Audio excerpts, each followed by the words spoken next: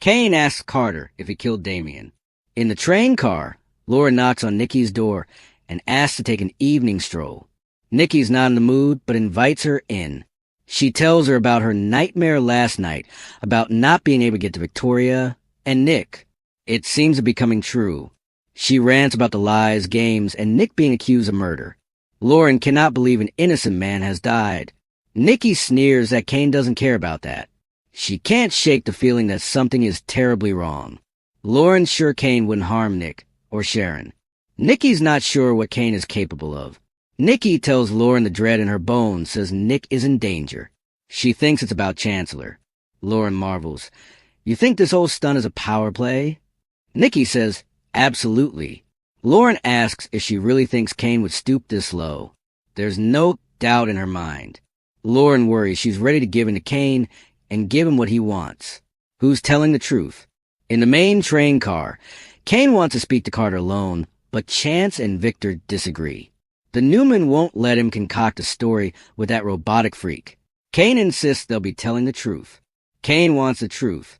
Victor says his son has been framed. By guess who? Your robotic friend. Chance insists they need to be present for their conversation. Victor says the freaky friend knew the knife was put under the sink. How would he know that? They argue over Kane detaining Sharon and Nick.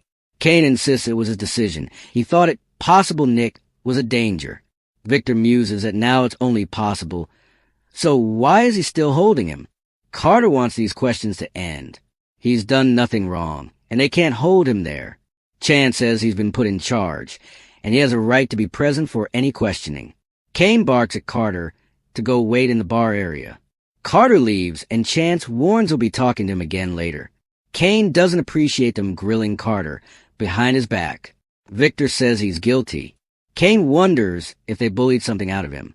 He reminds Chance that he's paying him, so he expects to be kept in the loop and updated. Victor frowns. What? Chance tells Kane he hasn't taken a dime. His goal is to find out who killed Damien. Money has nothing to do with it. Kane wants to know what went down with Carter. Chance says they caught him in a lie. Several, in fact. He accidentally knew where the murder weapon was planted. Kane says found. He told them he'd lay down his life for him. He thinks he needs to protect him at all costs. Either he's covering for Kane, or he's the one who plunged a knife into Damien's back. Kane rants that he's not some psycho mastermind ordering his employees to kill off his perceived enemies. Victor notes Damien was making inroads with this ex-wife. Kane gave them his blessing. He further argues Carter isn't capable of murder.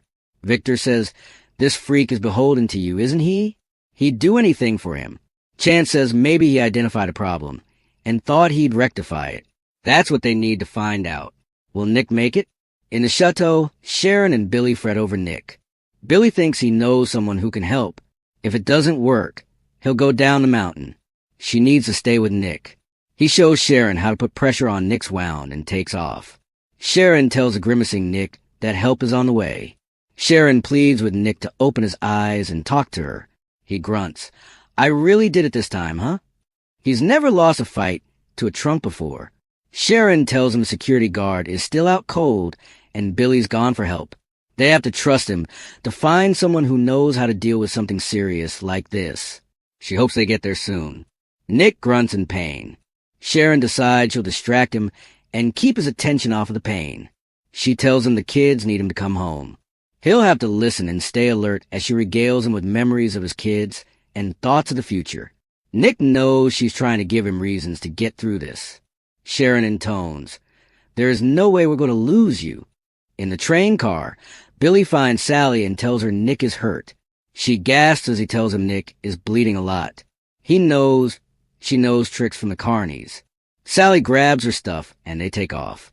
Back in the chateau, Sharon tells Nick that Faith will meet someone he approves of and they'll get married on the ranch. He'll walk her down the aisle. Just then, Billy arrives with Sally. Billy asks them to give the redhead a chance. Sally takes Sharon's place and tries to check the wound. Sally needs something to sterilize it. Sharon grabs the champagne. Will this work?